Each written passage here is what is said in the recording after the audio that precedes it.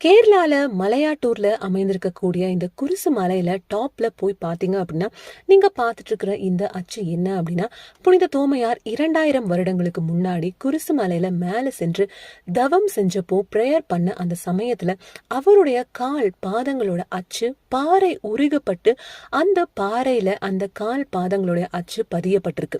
அந்த அச்சை தான் இன்னும் 2000 வருடங்கள் கழித்து நம்ம பார்த்துட்டு இருக்கோம். கால் பாதங்கள்னால உருகப்பட்ட அந்த பாறையில அவருடைய அச்சு பதியப்பட்டிருக்கு.